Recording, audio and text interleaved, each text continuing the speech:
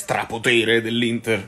Poi si può parlare della fase difensiva italiana, del maestro italiano, quanto volete voi, però ho visto un Inter fortissima fisicamente, già in grande forma, velocissimi, anche precisi quando devono farti a fette nelle ripartenze.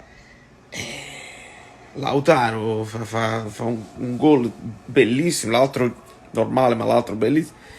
Thuram si comincia a far vedere, gol assist, gol mangiati. E poi quando fanno i ricambi con la panchina si vede la stessa foga che noi ce la ricordavamo. Quanti di voi, la domanda è, speravano in un passetto falso dell'Inter in modo tale da dire ui, pure l'Inter ogni tanto fa un passo falso? La speranza è l'ultima a morire. Però hanno fatto 11 tiri cioè su 20 tiri 11 in porta.